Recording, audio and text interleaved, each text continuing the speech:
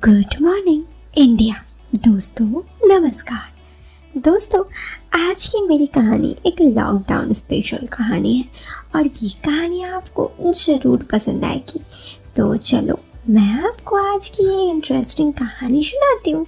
आप अगर चैनल पर पहली बार आए हो तो एक बात का खास ख्याल रखना, ईयरफोन या हेडफोन का उपयोग करना, इससे इस कहानी की ऑडियो क्वालिटी आपको पसंद आएगी जब आपके कानों तक पहुंचेगी। दोस्तों चलो अब इस कहानी को शुरू करती हूँ। दोस्तों ये कहानी किसी की ज़िंदगी की एक सच्ची दास्तान है जो मैं आप सबके सामने शेयर करने जा रही हूँ। दोस्तों अब ये कहानी सोनू श्याम की है, तो आगे की कहानी सोनू की बातों पर ही सुनते हैं। दोस्तों 22 तारीख को लॉकडाउन का कर्फ्यू लगने वाला था। उस वक्त तक हमें पता नहीं था कि लॉकडाउन लगने वाला है, कुछ भी पता नहीं था। मेरी एक दोस्त जो अपने घर जाना चाहती थी, उसका ट्रेन 21 को लेट हुआ पहले, फिर कैंसिल हो गया। इस वजह से वो उस दिन तक अपना रूम भी छोड़ दी थी। तो उसने मुझे कहा कि हॉस्टल देख लेने के लिए, होटल्स वगैरह। उस वक्त कोई होटल नहीं मिला क्योंकि 22 को लॉकडाउन था और 21 को रोड एकदम सुनसान था। इसी वजह से मैंने उसे कहा कि मेरे घर चलने के लिए। दोस्तों मैं आपको बता दूं कि मैं एक होटल में काम करता था, जिससे उसी होटल के 11वें मंजिल पर मेरा कमरा था। मेरे दोनों दोस्त घर चले जा चुके थे क्योंकि लॉकडाउन होने वाली थी, तो मैं वहीं पर था क्योंकि मुझे कुछ काम था और कुछ दिन बाद मैं जाने वाला था, इसीलिए मैं नहीं किया। अब हुआ कुछ यूँ कि मेरे घर पर 3 रूम, 3 बाथरूम, एक हॉल और एक किचन था। दोनों दोस्त के चले जाने पर एक बस मेरा ही रूम खुला था, तो मैंने अपने फ्रेंड को घर ले आया और उसे कहा मेरे रूम पे रुकने के लिए। अब मैं उसे कहा कि तुम बाथरूम जाओ और फ्रेश हो जाओ। उसके पास कुछ बैग्स वगैरह थे, तो वो फ्रेश होने चली गई। मैं भी फ्रेश होने के लिए दूसरा बाथरूम चला गया। करीब 20 मिनट बाद मैं अपने रूम से दरवाज़ा नॉक किया तो उसने कुछ देर बाद रूम खोला। वो काफ़ी खूबसूरत लग रही थी उस वक्त। वैसे तो मेरी वो बहुत दिन से दोस्त थी, लेकिन कभी मैं उसके साथ ऐसे रूम शेयर करके नहीं रहा था। मैं बम्बई में रहता था, वहाँ पर मेरी बहुत सी दोस्त थी, लेकिन इतना ज़्यादा क्लोज कोई नहीं थी। मतलब कोई मेरे रूम पे आके नहीं रुकी थी। उसका नाम सिमरन था। उसके बाद दोस्तों उस दिन वो सो गई कमरे पे। उसने कहा कि मैंने ही उसे कहा कि तुम मेरे कमरे पे सो जाओ, मैं हॉल पे सो जाता हूँ। उसने कुछ नहीं कहा, उसने कहा ठीक है। वो कमरे पे जाकर सो गई और अब तो कमरे को लॉक करके, और मैं हॉल में सो गया। खैर अब मैं क्या ही बताऊँ, अपने ही रूम पर मैं सो नहीं पा रहा था। मैं जाकर सो गया। जब मैं उठा तो करीब 5:30 बजे सुबह हो रही थी। मैं अकेले आशाए हॉल में था। मेरे रूम पर मेरी वो फ्रेंड सिमरन थी। मैं यही सब बारे में सोच रहा था। तभी मुझे याद आया कि मेरे पास कुछ फिल्में हैं, मुझे वो फिल्म देखनी चाहिए। मैंने टीवी में लगा दिया और वो फिल्म देखना चालू कर दिया। पहले तो जैसे ही टीवी खोला तो न्यूज़ चल रही थी और कर्फ्यू के बारे में न्यूज़ आ रही थी। टीवी का साउंड तेज हुआ तो मैंने स्लो किया और फिर मैं मूवी लगा दिया। और करीब 7 बजे मैंने 2 बियर की बोतल लाई और टीवी में मूवी देख रहा था। और मैं देखते देखते कब सो गया मुझे होश ही ना आया। मेरा टीवी रिवाइंड पर था, तो एक बार मूवी ख़त्म होने पर दूसरी मूवी चल जाती। मैं सो गया। दिन में करीब 3 बजे मेरी आंखें खुली तो मैंने देखा मेरे ऊपर चादर था। टीवी बंद हो चुकी थी। मैं उठकर देखा तो वो कमरे पे थी, मतलब सिमरन। मैं तैयार हुआ और रूम नॉक किया। वो बाहर आई। मैंने नज़रें नीचे कर दी। मुझे पता था कि वो मुझे मतलब टीवी भी बंद की है और ये की है। मैंने कहा सॉरी सिमरन, तुम्हें शायद बुरा लगा। वो ज़ोर ज़ोर से हंसने लगी। मैंने कहा क्या हुआ? तो उसने कहा मैंने तो कुछ नहीं कहा।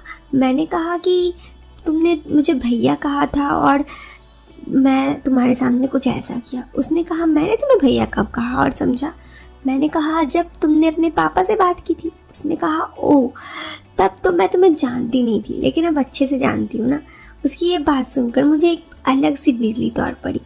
शाम के जब 6 बजे थे, मैंने कहा सिमरन अब मेरी मेहमान हो, तुम बैठो, मैं तुम्हारे लिए कुछ खाने का लाता हूँ। मैं किचन में गया और मैगी बना कर ले आया।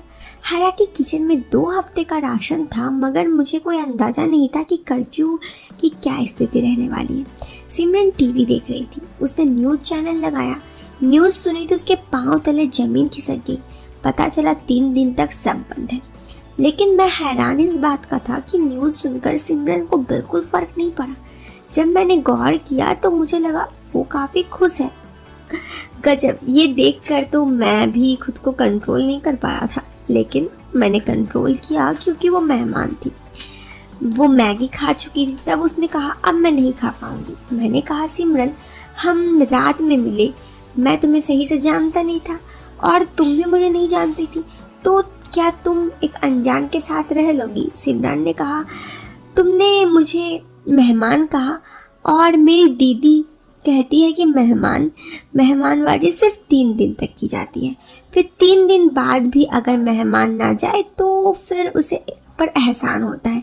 यहाँ तो सिर्फ 3 दिन की बात है, कोई दिक्कत नहीं है। सोनू, अब क्या तुम मेरे बारे में जानना चाहते हो? मैंने हाँ में सिर मिलाया तो सिमरन ने बताया कि उसकी उम्र 23 साल है। मैंने पूछा और?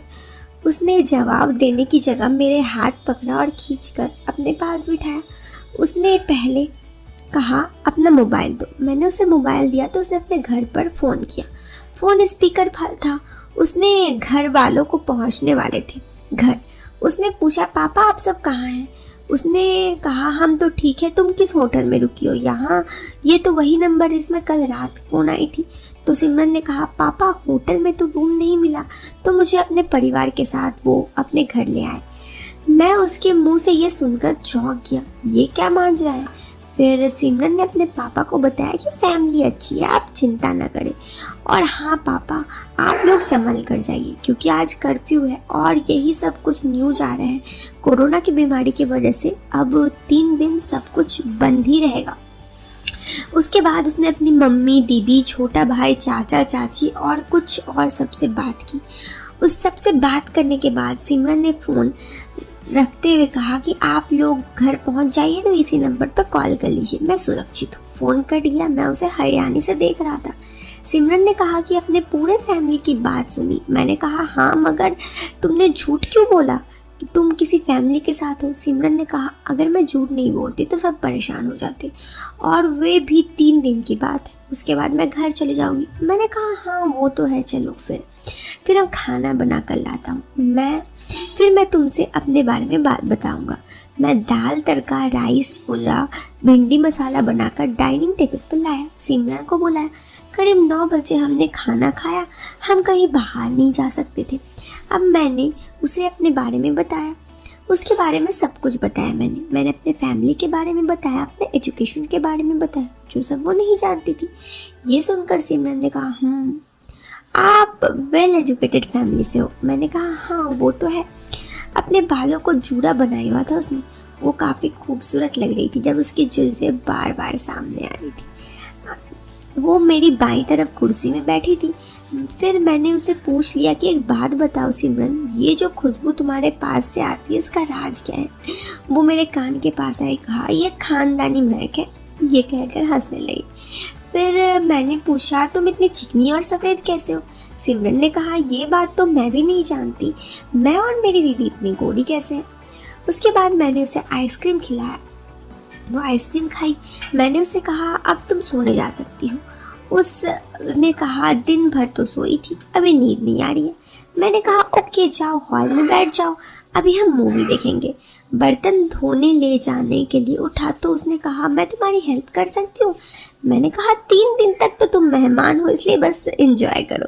वो हंस दी और उठकर जाने लगी। अब मैंने उसको देखा और मुझे सच में वो काफ़ी खूबसूरत लग रही थी। फिलहाल तो वो मेरी मेहमान थी। दूसरा, उसके घर का पता मेरे घर वालों को और उसके घर वालों को था, तो कुछ भी गड़बड़ी से मेरा पता साफ हो सकता था। फिर हम दोनों मूवी देखने लगे जो टीवी पर आ रही थी। उसने कहा कोई अच्छी सी मूवी लगाओ। मैंने सारे चैनल देख लिए पर सब पर एडी गैडी मूवी आ रही थी। मैंने कहा रुको लैपटॉप में लाता हूँ। वो ओके पर सिर हिलाने लगी। मैंने पूछा टाइटैनिक मूवी देखे? उसने कहा नहीं। मैंने कहा उसकी हीरोइन तुम्हारी जैसी सुंदर है। हम दोनों लैपटॉप पर मूवी देखने लगे। मैंने बीच पर कहा तुम कुछ लोगी?